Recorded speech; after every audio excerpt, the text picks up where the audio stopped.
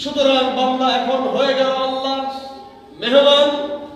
আল্লাহর মেহমান যখন হয়ে যায় তখন তার কথাবার্তা, চাল চলন, ওঠা বসা, অভ্যাস রীতির ভিতরে যদি দুনিয়াবি কোনো ধরনের হাইসিয়ত থাকে, সে আল্লাহর মেহমান হওয়ার যোগ্যতা তার থাকে না।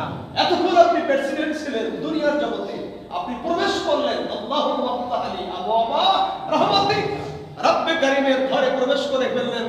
এখন আর আপনার প্রেসিডেন্টের ভাব আপনার ভিতরে নাই, এখন হয়ে গেলেন আপনি আল্লাহর গোলাম, আল্লাহ আপনার মালিক। এখন হয়ে গেলেন পৃথিবীর কোনো পাওয়ার নাই, একমাত্র পাওয়ার কার? আল্লাহ। সমাজ সুদী ভাইরা আমার, পৃথিবী বিশ্বের সকল ধর্মের ক্ষমতাকে তরক করে দিয়ে, বিদায় করে দিয়ে বান্দা যখন মসজিদে প্রবেশ করে ফেলে, তখন তার নিজের ভিতরে বাহিরের কোনো রুচি আর কাজ করতে পারে না। আপনি বলুন তো, বাহিরের জায়গাটা আর মসজিদের জায়গাটা দুইটা কি সম্মানের দিক থেকে এক? না। জোরে বলে এক? না। বলুন তো, বাহিরে একটা মানুষ মারা গেলে তার মৃত্যুর ক্ষেত্রে জান্নাতে জাহান্নামে হবে কিনা এর চিন্তা আছে, কিন্তু আল্লাহর ঘরে এসে যদি কোনো মানুষ মারা যায়, আল্লাহ দয়া করে তাকে জান্নাতে বানাতে পারে কি পারে? বাহিরে যতক্ষণ বসে থাকবো ততক্ষণ বসলে আমার গুনাহ হওয়ার সম্ভাবনা আছে, কিন্তু এখানে বসলে প্রত্যেকটা শ্বাস প্রশ্বাসে একটা গুনাহ মাফ হয়, আর সব তো হইতেই থাকে। সুবহানাল্লাহ।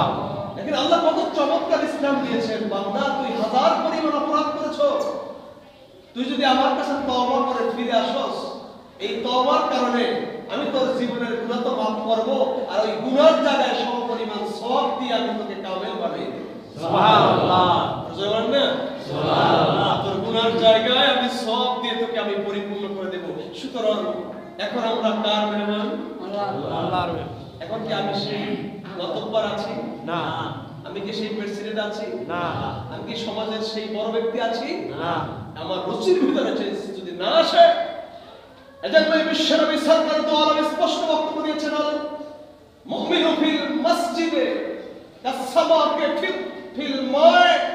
মুমিন বান্দা যখন মসজিদে প্রবেশ করে তখন তার উদাহরণ হলো পানির ভিতরে মাছ থাকলে যেমন নিশ্চুপ থাকে, পুরো ছটফট করে না, মুমিন বান্দা মসজিদে থাকলে ওইরকম নিশ্চুপ থাকবে, কেমন যেন তার মাথার উপরে আসমান থেকে রহমত নাজিল হচ্ছে। সুবহানাল্লাহ।